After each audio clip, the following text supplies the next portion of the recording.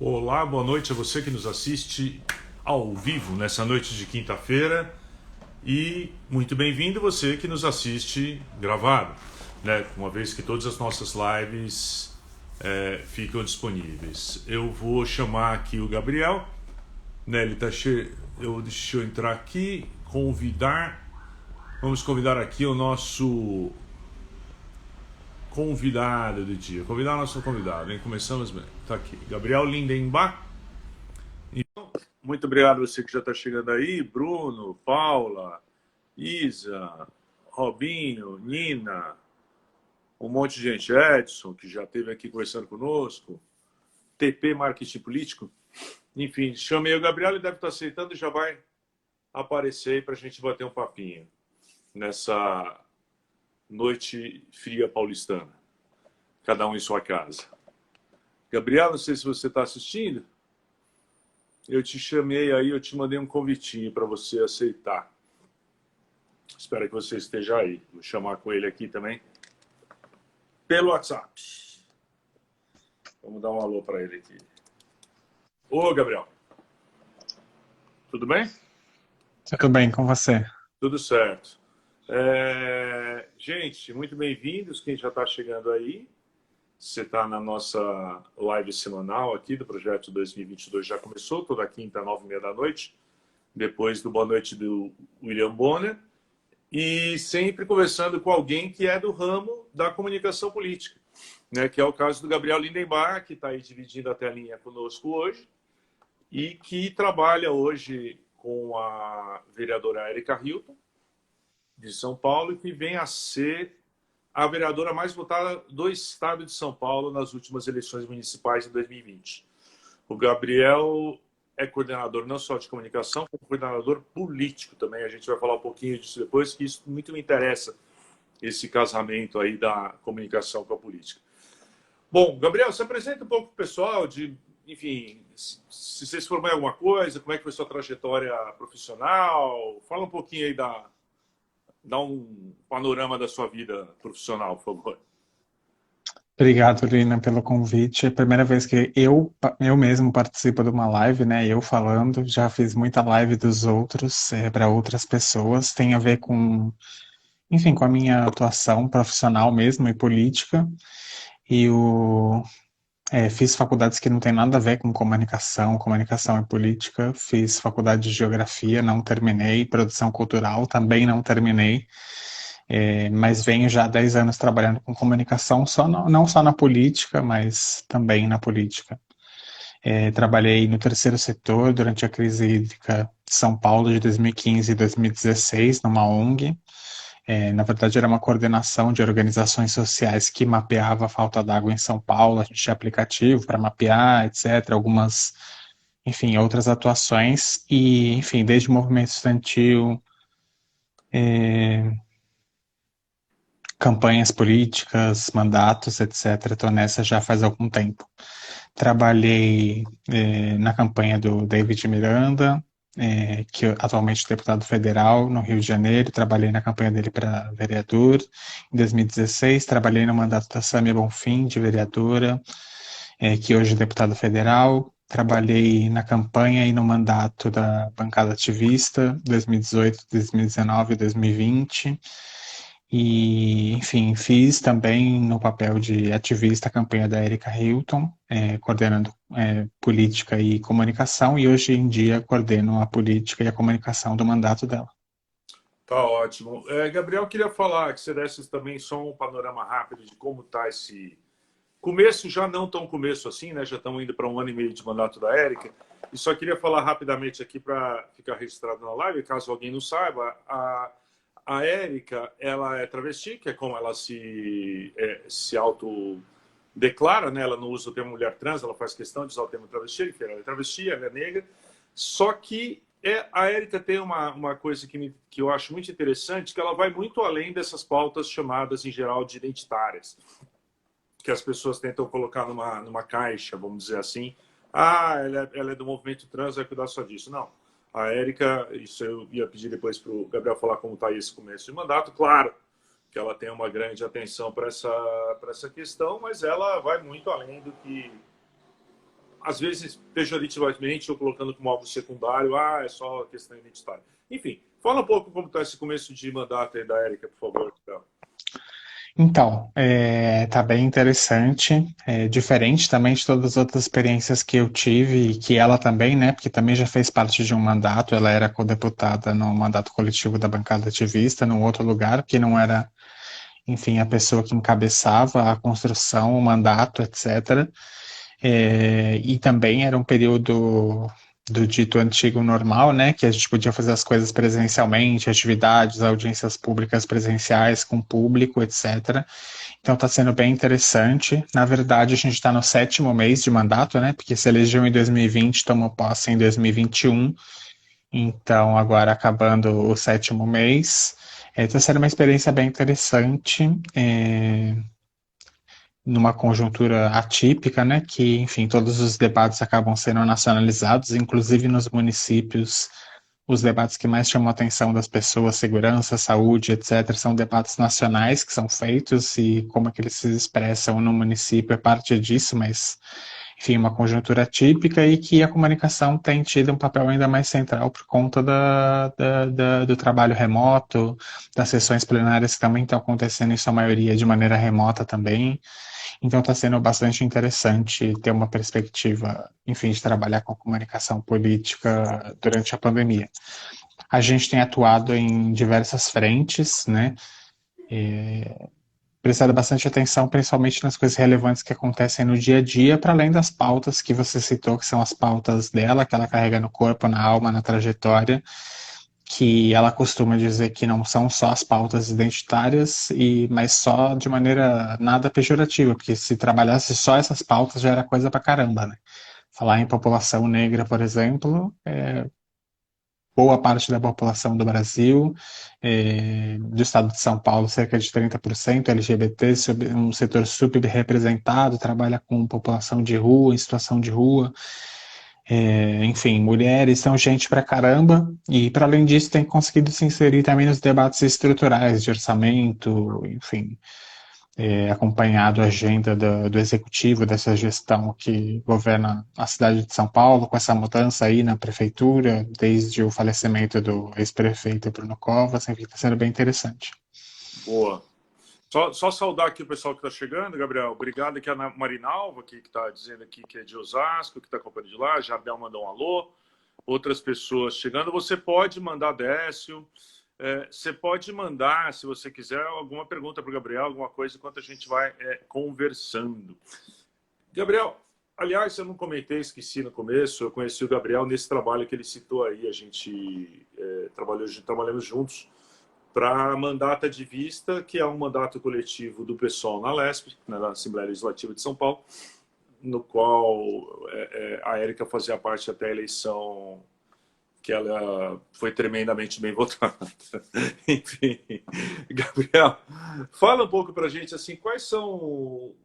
Como é que é o dia a dia da comunicação da Érica? Porque a Érica é uma pessoa muito ativa, né? Não só nas redes sociais, como ela está sempre também na mídia dita convencional, vamos dizer assim. E não só por sua atuação parlamentar, né? Enfim, ela é tida como uma mulher muito interessante e tudo mais, enfim, e até mídia internacional também, enfim, dá um panorama geral, por gentileza, aí dessa parte. O cotidiano é bem dinâmico, assim, parecido com a Érica, né? Com esse modus operandi dela. Acho que a equipe se entrosa bem, porque é todo mundo bem dinâmico, de diversas áreas, a gente consegue alcançar, enfim, diversas atuações, diversas pautas ao mesmo tempo, dando centralidade para a construção da figura dela, que é uma pessoa muito carismática, muito expressiva, de uma oratória impecável, que todo mundo fica maravilhado e comenta-se muito isso, né? Nossa, queria ter a oratória da Érica. Então um fator que contribui muito, né, para a comunicação dela ser um estouro, e algumas boas práticas que a gente vem desenvolvendo também ao longo desses anos, assim, tanto do ponto de vista político quanto do ponto de vista do uso das ferramentas de comunicação. Então, o cotidiano, basicamente, no último período, tem sido se dividir entre as pautas municipais, como é que as pautas nacionais se expressam nos municípios, saúde, assistência social, direitos humanos, educação, E, ao mesmo tempo, dar conta de responder também às demandas políticas que acontecem na esfera federal, que é o que todo mundo debate hoje em dia, né?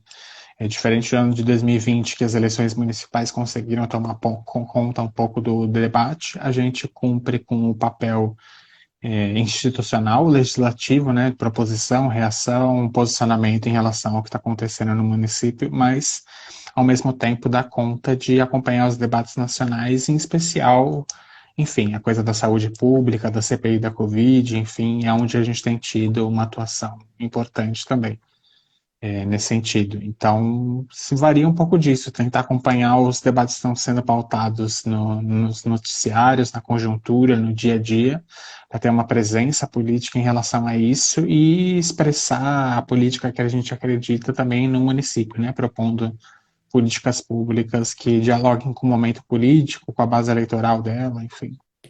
Tá ótimo. Chegando aí para a live, Pedro Maia. Salve, Que Pedro. trabalha na Érica também. Fala na Érica. E tem uma pergunta aqui da Giovanna Oliver, que ela pergunta aqui: Gabriel, como você enxerga o papel da internet e das redes sociais na mobilização hoje? Se quiser falar até preferencialmente para a Érica ou no geral, você que escolhe, Gabriel. Giovana, estamos jogando em casa aqui, ela me fazendo a pergunta. Minha amiga, a gente conversa bastante. Ah, só se o É, Canazzi, vereador, também estava aí pela. tava pulando por aí, eu vi. Mas continua, perdão. Papel é um pouco de, principalmente nesse tempo de pandemia, enfim, ser um fator aglutinador, tanto em espraiar informações verificadas, confiáveis, via de regra por onde as pessoas têm conseguido se mobilizar, gerar algum tipo de engajamento em pautas, né? Agora que a gente não está podendo muito sair na rua, embora, enfim, já tem aí 4 manifestações nacionais que foram convocadas. Para a mobilização social, acho que tem a ver com isso, assim. E as pessoas gerarem identidade também com pautas que estão sendo discutidas. Fala da Érica, tem uma presença grande na mídia, porque ela é muito expressiva, é muito boa, tem comunicação forte, mas também porque ela representa, enfim, um tipo político que ainda não é mainstream, né? Então tem muito interesse na figura dela, por ela ser uma pessoa de uma oratória tão boa, de uma expressividade, ela acaba, enfim, conseguindo, tendo facilidade de se inserir na mídia tradicional também e apresentar um pouco da trajetória, do ponto de vista das coisas, enfim. Aliás, Gabriel, falando um pouco da hora de pôr a mão na massa ali. A Érica, ela está em quais redes e qual é a diferença de conteúdo ou de trabalho que vocês tentam desenvolver em cada uma das redes que ela está presente, por favor? Ela está presente no Facebook, no Twitter e no Instagram. A rede mais forte dela é o Instagram, que é onde a gente procura, enfim, ter o tipo de conteúdo mais diverso, né? Vai desde a atuação dela na política institucional, na Câmara Municipal, quanto nos debates nacionais, nacionalizados, quanto também as coisas que ela faz no tempo livre dela, enfim, cenas do cotidiano, dela fazendo a unha, dela fazendo a sobrancelha, lives que ela faz com outros influenciadores, diversas pautas, as revistas de moda que ela faz, porque ela é uma pessoa muito antenada também na moda.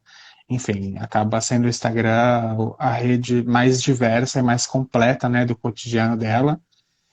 Apesar do Twitter também ser uma rede bastante dinâmica, é onde a gente procura dar mais enfoque para posicionamentos por escrito, políticos, obviamente. E quando a gente quer alguma coisa retroalimentar, a gente geralmente dirige as pessoas do Twitter para acessar os conteúdos no Instagram, né? Fazer essa migração, porque são públicos, embora parecidos, bastante diferentes.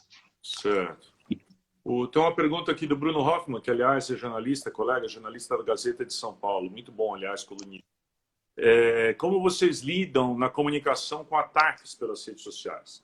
Vocês ignoram ou respondem? Pergunta o Bruno. Depende. Quando a gente vê que tem alguma, enfim, alguma margem enfim, para politização, para convencimento, a gente costuma responder assim. Porque também depende de quem está vindo, né? Se a gente checa que é um perfil de provocador, etc., a gente não responde, bloqueia ou processa. Mas se é uma pessoa, enfim, que levanta dúvidas, enfim, que são importantes, né? Que a gente percebe que não é só uma provocação, a gente costuma responder até pelo elemento pedagógico, assim, enfim, para as outras pessoas que estão lendo os conteúdos, que são muitas pessoas, para além das que perguntam, das que provocam, das que atacam, enfim, para elas poderem se embasar também, né, com o ponto de vista enfim, da política que a Érica defende, que a gente tenta imprimir nas redes. Então, depende, mas quando a gente percebe que não é uma provocação barata, a gente responde. Mas muitas vezes a gente bloqueia ou processa mesmo.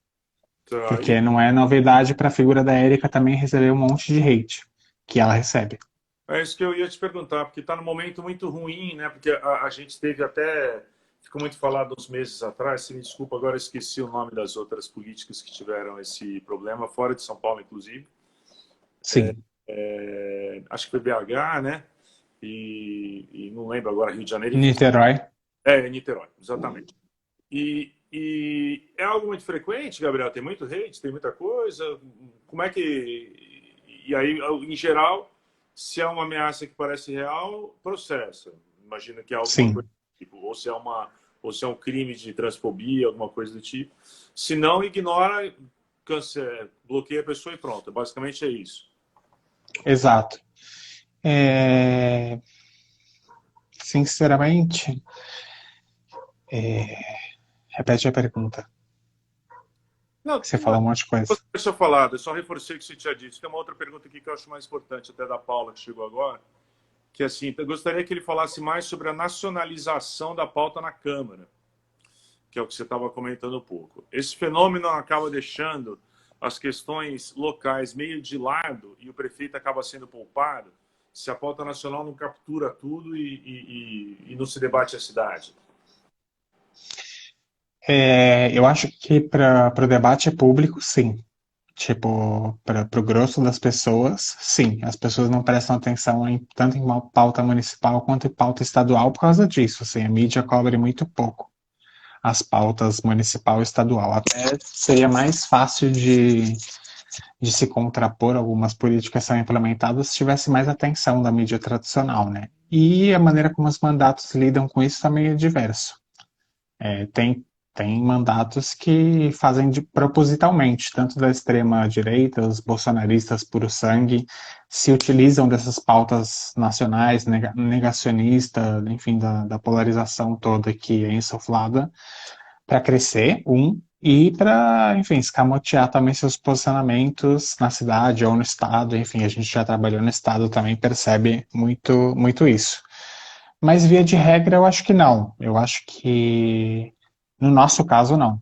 Não deixar de lado as pautas municipais, assim, até acho que para os 7 meses só de mandato que a gente tem uma atuação consistente nas pautas do município, enfim, acima da média de pessoas que estão há 2, 3 mandatos, assim. Acho que é saber equilibrar, né? Até porque é o que eu estava falando, isso acontece e a gente se utiliza dessa forma porque os principais debates que acontecem, que se expressam nos municípios, vacinação, política de assistência social, desemprego, são reflexos de políticas e de um projeto nacional que está sendo implementado e acarretando conflitos nos municípios e nos estados. Tá certo. Só chegando aí mais uma série de pessoas. Relembrando rapidamente, você está na live semanal do Projeto 2022, já começou. Aqui eu sou Lino Bocchini, conversando com a gente nessa quinta-feira, aí, dividindo a telinha, o Gabriel Lindenbach, assessor da vereadora paulistana Érica Hilton, que foi a vereadora mais votada do estado de São Paulo nas últimas eleições, e o Gabriel coordena tanto a parte política como a parte de comunicação por lá. Gabriel, falando um pouquinho só da parte mais de ferramentas e técnicas, mas ali assim uma coisa até para fazer jus, uma história que eu estava curioso. O que você acha que você pode falar? Como não fazer um conteúdo morrer, digamos assim? Como fazer com que ele Porque normalmente as pessoas postam e esperam as coisas acontecerem. Qual você acha a melhor forma disso ser feito? Eu, enfim, essa pergunta tem uma resposta a cada ano que eu trabalho com isso, assim, né? Porque a dinâmica das redes muda muito, muda às vezes mais de uma vez por ano. Mas enfim, uma coisa que eu sempre fui muito obstinado, Pedro Maia, que está aqui assistindo, sabe disso, desde muito tempo eu sempre fui contra essa prática de postar e sair correndo, assim, que é você ter um trabalhão de pesquisa, de formulação de conteúdo e simplesmente postar ele nas redes e esperar que ele tenha visibilidade e engajamento sozinho. Por mais que sejam boas as redes de qualquer pessoa que seja, tem um trabalho de distribuição ativa que tem que ser feito para que o seu trabalho de pesquisa, de formulação, de conteúdo não seja subaproveitado. Não importa quanto engajamento orgânico você tenha nas suas redes, você sempre acaba tendo a possibilidade, que é sempre uma possibilidade, tem gente que faz e não consegue explorar ao máximo. Tem gente que faz de diferentes maneiras e consegue forçar um pouco a barra dos algoritmos das diferentes redes, assim. É, claro que está cada dia pior você conseguir ter um público orgânico, mas não é impossível, assim, nenhuma rede, na minha opinião, assim. E enfim, uma prática de distribuição em grupos, em perfis, em marcação, uso de hashtag. Aí depende das redes, um tipo de conteúdo vai variar com algum outro truque que a gente vai utilizar. No Instagram, por exemplo, a gente tenta mesclar todos os conteúdos mais diversos possíveis com imagens da Erika, que é uma rede social muito atrelada à imagem, essa coisa do ego, de maneira positiva, né? Claro que também tem a parte negativa dessa prática da autoimagem nas redes, mas a gente acaba utilizando ela de maneira mediada com os conteúdos que a gente tem para fazer o público e o trabalho que a gente desenvolve chegar mais longe. No Certo. Twitter já Desculpa. no Twitter já você se inserir nas coisas que estão sendo discutidas no dia a dia e trazer sempre informações novas, assim. Eu também sou um pouco obstinado com estar ligado em tudo sempre, para que o posicionamento seja feito antes da média dos posicionamentos, né? Porque de repente acontece uma coisa às 7 horas da manhã de um dia, você deixa para se posicionar posicionamento mais do mesmo às 7 horas da noite, todo mundo já está escasso, já consumiu posicionamento A, X, Y, Z, variações do mesmo tema e ninguém está mais interessado na sua opinião. Então, rapidez combinada com qualidade em posicionamento, autenticidade de posicionamento, acho que no Twitter é importante. E aí eu acho que entra também isso que você falou é importante, acho que é visível que tem uma sinergia entre você e a vereadora, né? Que é algo que, obviamente, facilita muito o trabalho, porque aí ela sente confiança, vamos dizer assim, em certos casos, você falar por ela, vamos dizer assim, porque tem político que fica receoso ou às vezes não tem alguém em quem ele confia tanto, e me parece uma parte fundamental, né? Exatamente. É tipo, tanto você ter afinidade, quanto você também empoderar a figura para que se utilize da sua própria autenticidade, da sua espontaneidade também para fazer o tipo de comunicação. Uma vantagem dela é que ela é muito boa em redes também. Então, constantemente, ela está se posicionando ela mesma, acaba gerando mais identidade nas pessoas que se identificam com os posicionamentos dela, com a forma dela de se expressar. E ao longo do tempo que a gente trabalha junto, a gente vai até adquirindo umas características em comum na maneira como se expressar. Então acaba sendo natural. Às vezes, que ela está num plenário, por exemplo, estoura uma bomba, a gente se posiciona, enfim, parecido, né? Para dar conta enfim, de pautar os debates que estão acontecendo, porque são muitos debates, cada dia mais, concomitantes, enfim. E tem uma coisa, Gabriel, que você falou no começo, nem sei se a gente já estava no ar, se era quando a gente estava conversando antes, que o seu cargo hoje é coordenador político e de comunicação do mandato. Sim. Bom, isso me parece muito interessante, porque tem uma coisa, já gravei vídeos sobre isso, vivo falando em tudo que é lugar que eu trabalho, tem um entendimento equivocado, às vezes, da comunicação, que ela funciona à parte das coisas. ou que ela é um ente, enfim, Acessório. ou acessório ou a parte, né? Assim, que ela não é tão ligada assim com o restante das coisas. Sendo que ela, obviamente, faz parte ali de tudo, ela tem que estar conectada com tudo e tem que estar a serviço do objetivo político também, né? Não Uhum. para ser uma ilha, digamos assim. Teve algum pensamento disso? Como isso funciona dentro do mandato? Como você conceitualmente enxerga essa ligação, vamos dizer assim? Também é uma ligação que varia um pouco enfim, da predisposição que tem, né? Do lugar onde você está, da equipe. A nossa equipe é muito alinhada nesse sentido, né? A gente se divide em núcleos e tem um entrosamento bom. Mas eu acho que na comunicação política em especial, ainda mais na conjuntura que a gente vive, você casar e usar a comunicação como seu principal meio de se expressar politicamente, de posicionamento, é estratégico, assim, parece meio óbvio que eu estou falando, mas tem muita gente ainda na comunicação que trata a comunicação política como acessória, assim, um repositório de imagens, acaba fazendo o mesmo conteúdo para todas as redes, enfim, pensa ação legislativa, ação política descolada de estratégia de divulgação, enfim, não acredito muito nisso, sim, acho que é coisa boa que a gente faz, para além de um sentido de ser aprovado, de virar política pública, de se institucionalizar, é é uma iniciativa que as pessoas sabem que está acontecendo, até porque no nosso caso que traz um programa, um projeto político diferente do dominante, por assim dizer, a gente só consegue aprovar as coisas à medida que as pessoas sabem o que está acontecendo e que elas apoiam para que aconteça. Então a comunicação é central, assim. Aí a gente não é exclusividade, não tem exclusividade nessa iniciativa, mas acho que a gente tem bastante sinergia no mandato todo com isso, assim. Muito bacana. E tem uma coisa que eu acho que é dela, Gabriel. Aliás, alguém mandou uma pergunta aqui, eu já vou ler. Foi o Bruno, de novo. Eu já volto aí, Bruno, para sua pergunta. Só uma outra pergunta que eu recebi na paralela aqui. Desculpe.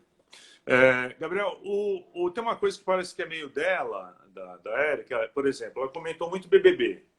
Né? Enfim, o Brasil todo comentou, né?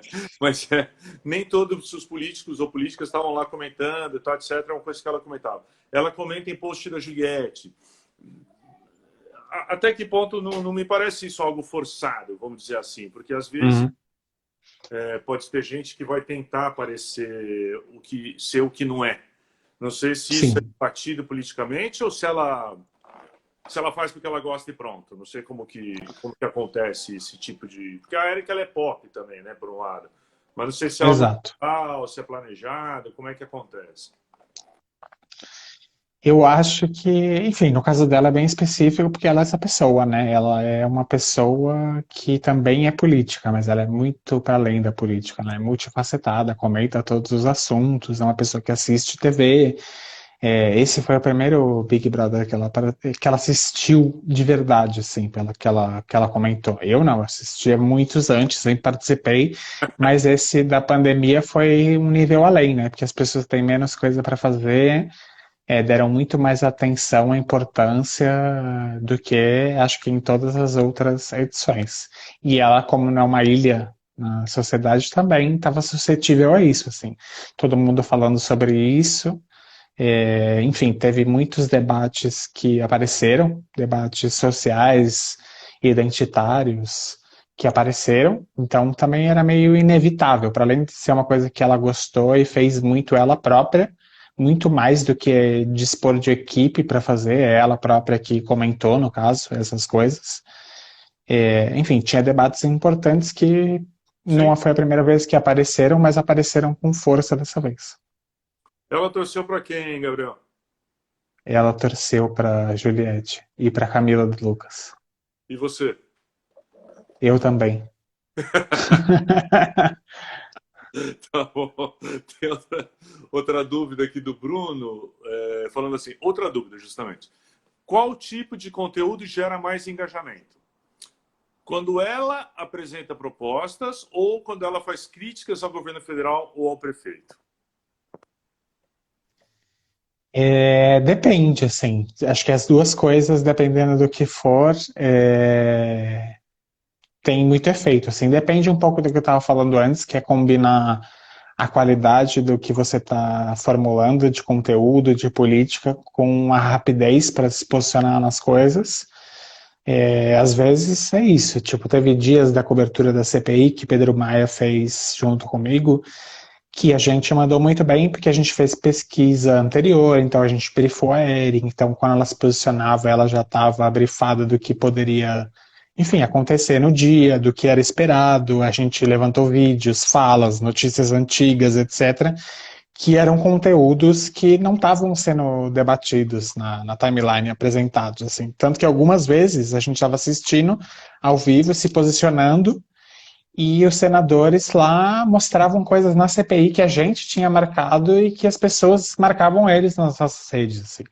Então teve dias que a gente conseguiu ter uma atuação dessa, assim. Ela vereadora, os caras senadores, toda essa tensão política e, tipo, inclusive jornalistas de diversos campos políticos, da esquerda, centro, direita, comentando que a cobertura dela estava muito boa em alguns dias, assim.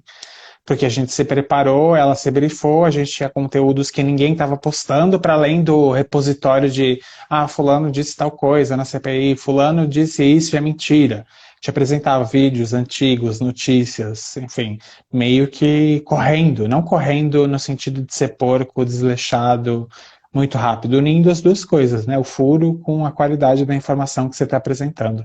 Eu acho isso aí fundamental, Gabriel. Aliás, é uma das minhas obsessões. Ontem mesmo eu estava fechando um documento para um pré-candidato a deputado federal, enfim. E essa história de você estar preparado de verdade, porque assim, parece uma coisa que você fala ao vento, né? Mas o que tem de político que chega em evento ou que começa a se manifestar sobre certos assuntos e começa a falar coisas, platitudes, como se diz, sei lá, coisas genéricas, né? Assim, é Sim. muito grande, né? Assim, claro, todo político tem que ter o jogo de cintura para se virar nos 30, mas se tem uma equipe boa que subsidia, é outros 500, né? É, Aqui a Paula fez uma pergunta e depois acho que ela comentou que parece que ela já se sentiu contemplada, mas vamos ler aqui. Se a CPI virou um BBB, aqui em casa eu até brinco com meus filhos que é um reality mesmo, que o Omar Aziz é o Thiago Leifert, por aí vai. Se os senadores são os novos participantes do reality, se falar a CPI dá engajamento, e daí ela falou que achava que você tinha acabado de responder a pergunta. Não sei se você quer fazer mais alguma reflexão. Dá engajamento, sim. Eu acho que a CPI também teve altos e baixos. Teve dias que as pessoas se interessavam mais, dias que menos, fases que mais, fases que menos. Mas eu, pessoalmente, sou da opinião de que essas coisas têm que ter o tipo de engajamento, engajar esse tipo de público. Uma vantagem nossa, que é visível naqueles mapas de engajamento do Twitter, é que a gente, enfim, quase todas as sessões da CPI teve um destaque, e teve um destaque de pessoas se engajando nas nossas publicações que não era no público político partidário tradicional. Não era. Essas pessoas que apareciam nessas bolhas, nesses clusters, era Freixo, Sâmia, Randolph, enfim, políticos, e a gente conseguia mobilizar um público para debater CPI, pandemia, etc., que era um público do pop, do Big Brother. É muito engraçado, sim. Tipo, das poucas vezes que os ex-participantes comentaram alguma coisa de CPI, etc., a gente aparecia no mesmo público Muito de bom. engajamento. Então a gente consegue envolver em outros debates esse tipo de pessoa fora do público político partidário mais orgânico, mais, enfim, mais de vanguarda, né, da política. E é curioso, tem vários lugares que eu trabalhei que às vezes não tem jeito. A gente precisa, às vezes, postar um conteúdo que você sabe que não vai engajar tanto quanto outros, digamos assim. Mas tem que postar, porque é uma coisa ou muito séria, ou é uma deferência política que tem que ser feita por algum motivo, enfim. Vocês tentam fugir disso ou mesmo no mandato da Erika isso acontece também? Não, tem bastante coisa. Mas daí a gente também aprende que não é tudo que precisa ser postado em todas as redes sociais. Porque às vezes é tipo, você acaba atrapalhando a visibilidade que outras coisas teriam mais aderência em algumas redes com determinados formatos, assim. Então, o que é essencial, a gente acaba postando em todas, mas a gente não tem muito enfim, esse fetiche de postar tudo em todas as redes, todos os posicionamentos, tá no Facebook, no Twitter, no Instagram, porque você acaba prejudicando as coisas que você quer dar prioridade mesmo. Então, a gente tem cada vez mais delimitado tipos de conteúdo sobre temas diferentes para redes diferentes, para linguagens, formatos diferentes, assim. Eu vejo, tipo, o principal problema de muitas contas que tem muitos seguidores e pouco engajamento é isso. Tipo, você acaba replicando tudo em todas as redes e faz 20 mil posts por dia no Instagram e, tipo, o engajamento é baixíssimo. Quando você quer apresentar uma coisa que é prioritária para sua política, acaba não sendo entregue para ninguém. Maravilhoso essa parte, porque é uma coisa que a gente debateu muito também e é difícil entrar na cabeça dos políticos ou das entidades ou do famoso cliente, como as pessoas falam também, é essa questão, né? Assim, que as redes são muito distintas entre si, né? São muito, né? Assim, Sim. cobrar o Twitter com o Instagram são duas coisas completamente, por exemplo, completamente distintas, né? E muito interessante essa questão de cada uma coisa. Bom, de cada rede ter sua característica. Chegou aqui alguma coisa? Também entrou aqui Tarcísio Faria e Catarina Abdala. Salve, Adoro. Catarina, bem-vinda. Bem-vinda, Eu pessoal. vou. Um segundo. Uma pergunta minha aqui, Gabriel, que estava guardando aqui. O que você vê o povo fazendo aí na comunicação política quando nas redes que você fala, putz, de novo essa besteira? Ou de novo esse erro básico, digamos assim? Ou fala assim, eu não aguento mais ver isso, é tão simples evitar. Enfim, tem alguma coisa que te chama a atenção, que te ocorra? Isso que eu acabei de falar, que é para explicar um pouco melhor, que é um overposting, assim, de tipo, tudo você tem que se posicionar, falar sobre tudo e seu posicionamento está em todas as redes. E daí, quando você quer priorizar algum posicionamento que você acha muito importante, seu algoritmo, seu público não vai receber o conteúdo prioritário. E eu vejo muita gente fazendo isso, assim, achando que é uma boa prática, quando na verdade não é, assim. O principal de quando você tem um público engajado ou fiel é ele saber, inclusive, que tipo de conteúdo você posta em cada rede, e quando ele está buscando determinada coisa, ele vai em uma, quando ele está buscando outra coisa, ele vai em outra. E daí, é óbvio que você pode cruzar, né? Fazer o print do Twitter para postar no Instagram, direcionar um post do Instagram pro Facebook ou pro próprio Twitter, mas via de regra são exceções, assim, que é justamente quando você acerta muito na linha, na rapidez, no furo, você acaba conseguindo aproveitar o conteúdo para todas as redes. Mas via de regra, eu acho que mais atrapalha você ter o mesmo tipo de conteúdo para todas as redes, ter um overposting que acaba derrubando seu engajamento, seu alcance, etc., e acaba moldando a sua rede, o seu público para não receber as suas publicações. Tá certo. Tem uma pergunta aqui do Felipe.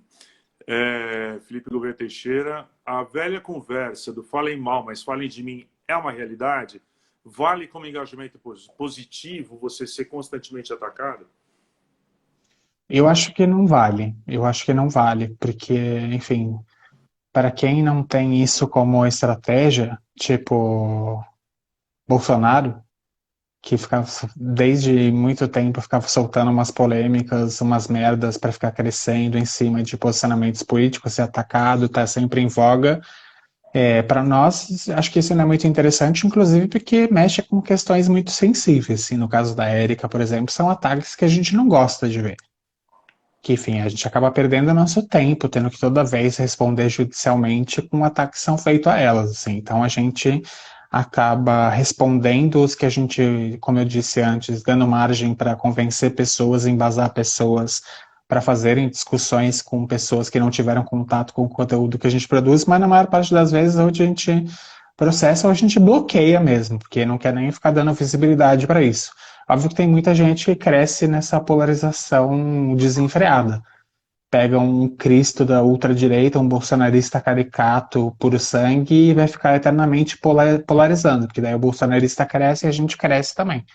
Eu não sou muito adepto disso, não. Eu acho que, inclusive, polêmica e polarização a gente tem que fazer sempre para cima, com quem está um nível acima da gente, não para baixo, porque senão acaba dando palco para quem não merece palco. Não, é por aí mesmo, assim, o Bolsonaro vai em outra linha, realmente, né? Ele bate em todo mundo, interessa se é maior, se é menor. Ele fala que o vice-presidente da Câmara é insignificante, mas fica 2 minutos falando dele. Sim. E por aí vai, né? Assim, vocês não... Mas vocês entram em muita bola dividida, Gabriel? Vocês entram em discussão? Digo, não, claro, de baixaria, mas digo, mas você entra em treta política no Twitter, no Instagram, ou tenta evitar a todo custo? A gente tenta evitar a todo custo. Tem algumas coisas que é o que eu te disse, assim, não é que a gente evita entrar em polêmica, em discussão. É uma coisa que, na verdade, a gente ia ser mais naturalizada.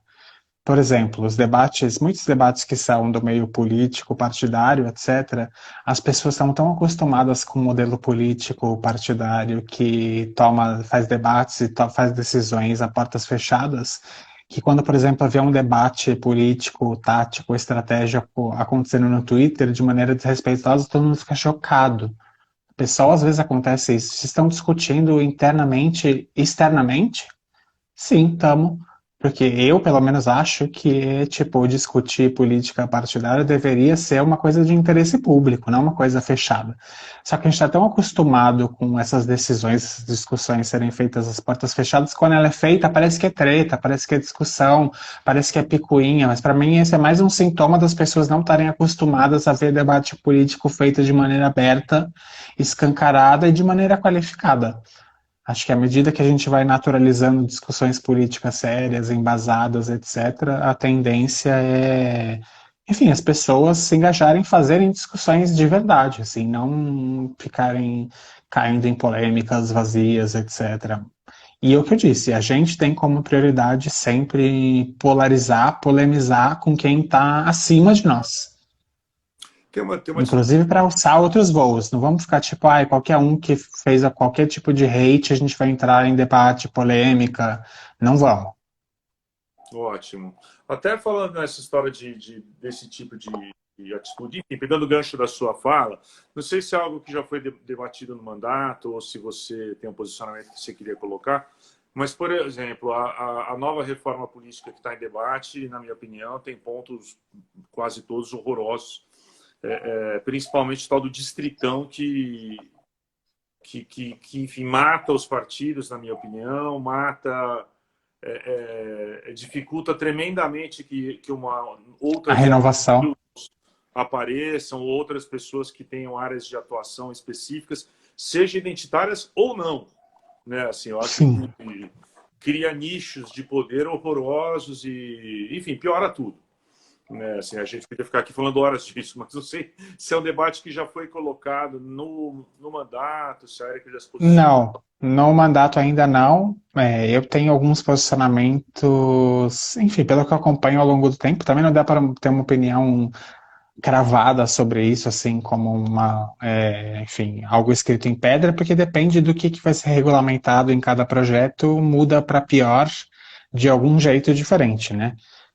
Não sou um grande especialista no que está sendo, pelo menos, ensaiado aí como mudança, mas, pelo que eu vejo, é transformar a eleição legislativa numa eleição praticamente executiva, dando privilégio para quem já é mais conhecido, para quem é detentor de estrutura partidária, de financiamento, de tempo de TV e privilegia as pessoas que já estão há muito tempo a hegemonizarem esses recursos todos e se perpetuar. Daí você evita a renovação de maneira geral, não é só renovação de identidades, gêneros, raças diferentes, é qualquer tipo de renovação.